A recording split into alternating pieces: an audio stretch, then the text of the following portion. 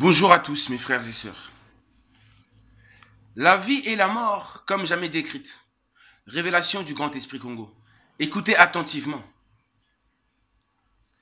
Parce que ce n'est pas beaucoup de gens qui vous diront ceci. La vie, c'est la lumière du jour, la présence du soleil, la chaleur, l'existence sur terre. C'est ça qu'on appelle la vie, l'existence sur terre. Tandis que la mort, c'est les ténèbres, c'est la nuit, le noir total dans le ciel, où l'âme se retrouve après avoir rencontré Dieu, après avoir été jugé. Kimbangu nous a tout dit sur l'après-vie, car il en est aussi le gardien. Oui, le gardien de Douat, du séjour des morts. Il est ce Dieu tout-puissant qui connaît tous les phénomènes existants dont il est lui-même le créateur. Il domine la lumière aussi bien que les ténèbres dont il connaît les secrets cachés. Les morts justes se retrouvent dans le noir, mais sans souffrance et avec la paix de l'âme et en paix. Tandis que les morts injustes, les âmes infidèles, rebelles se retrouvent dans le noir total, mais avec des souffrances en plus, avec des tourments, des châtiments, des remords éternels, une punition éternelle. Dieu a enfermé l'homme de la planète Terre, du monde de la vie, qui ne se trouve uniquement que sur Terre, dans la matière, dans la chair. La vie, c'est quoi? La vie, c'est la fusion de l'âme et du corps uniquement, la fusion des deux. C'est ça qu'on appelle la vie. Mais quand l'âme se retrouve séparée du corps, c'est ce que l'on appelle la mort. Il n'y a plus de fusion des deux. Et le but de Dieu, du grand esprit, c'est de sortir ou de retirer toutes les mauvaises âmes de la vie sur terre et de les garder enfermées pour toujours hors de la vie et dans la mort, dans le séjour des morts, dans le monde invisible que l'on appelle Douat, le séjour des morts, le monde des ténèbres. Maintenant que la connaissance de l'enfer et de la mort du monde invisible vous a été enseignée par Nazali à travers moi, son témoin fidèle, oui, son messager divin Congo, que choisissez-vous? Vous savez, tout le monde n'aura pas l'occasion de voir et de vivre le grand événement de l'enlèvement. Car beaucoup seront morts bien avant. Personne ne connaît le jour ni la date de sa mort, à part Dieu, à part Nazali, à part Kimbangu lui-même.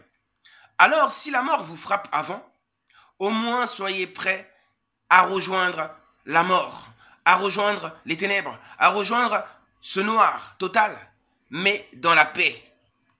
Là où tu attendras le grand événement qui te permettra en ce jour de ressusciter et de revenir à la vie sur terre.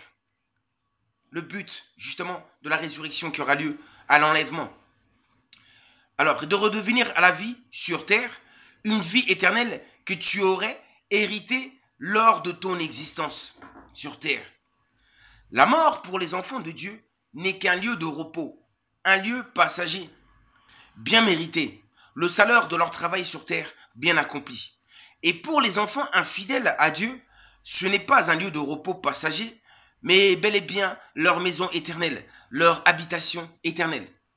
Pas joli du tout, mes frères et sœurs. Quoi qu'il arrive, soyons prêts dans les deux situations pour hériter de la vie éternelle qui ne se trouve que sur terre uniquement. Dieu n'a pas conçu les âmes pour qu'elles demeurent dans l'invisible, dans les ténèbres, mais pour qu'elles s'incarnent dans la matière, dans le corps humain, et vivent éternellement sur la terre, dans le monde visible, dans ce monde de la lumière, que nous soyons visibles, que nous soyons lumière. Car notre Dieu est cette lumière qui a pénétré la ténèbre au singulier et l'a maîtrisée, l'a contrôlée. Il est la vie sur la terre, tout comme il est la mort dans l'invisible, dans l'au-delà, dans le ciel.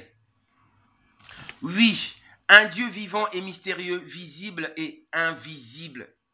Les deux mondes étant connectés et ne formant qu'un, et lui étant le tout manifesté. Il y a toujours un lien entre le monde invisible et le monde visible. On ne sépare pas les deux phénomènes, on ne sépare pas. Ça, c'est l'ignorance pure et dure de séparer ces deux phénomènes. En ayant compris ces phénomènes, vous aurez un choix plus facile à faire entre la vie et la mort. Regardez ce qu'il m'inspire, ce qu'il m'enseigne et me donne pour vous. Remerciez-le car il est vraiment merveilleux. Notre grand Seigneur et puissant grand roi, qui est le grand esprit du centre du monde. Oui, qui est le grand esprit qui se trouve au Congo, qui est celui que l'on nomme Nemwanda Congo et qui signifie le grand esprit Congo, qui est la conscience cosmique ou encore l'esprit universel, lui qui créa l'univers et toutes choses.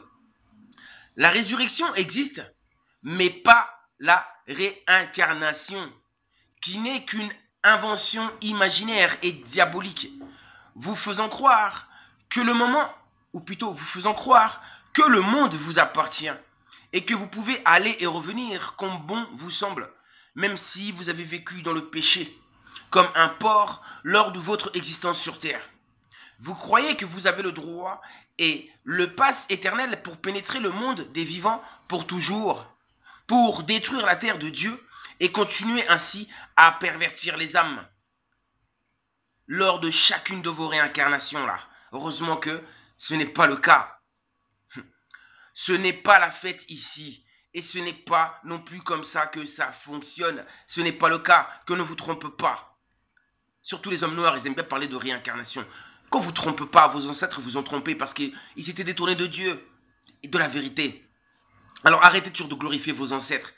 Glorifiez vos ancêtres qui sont les ancêtres matiques, ceux qui étaient justes, pas n'importe quel ancêtre. On ne peut pas glorifier des ancêtres qui ont été diaboliques, sataniques. Bref.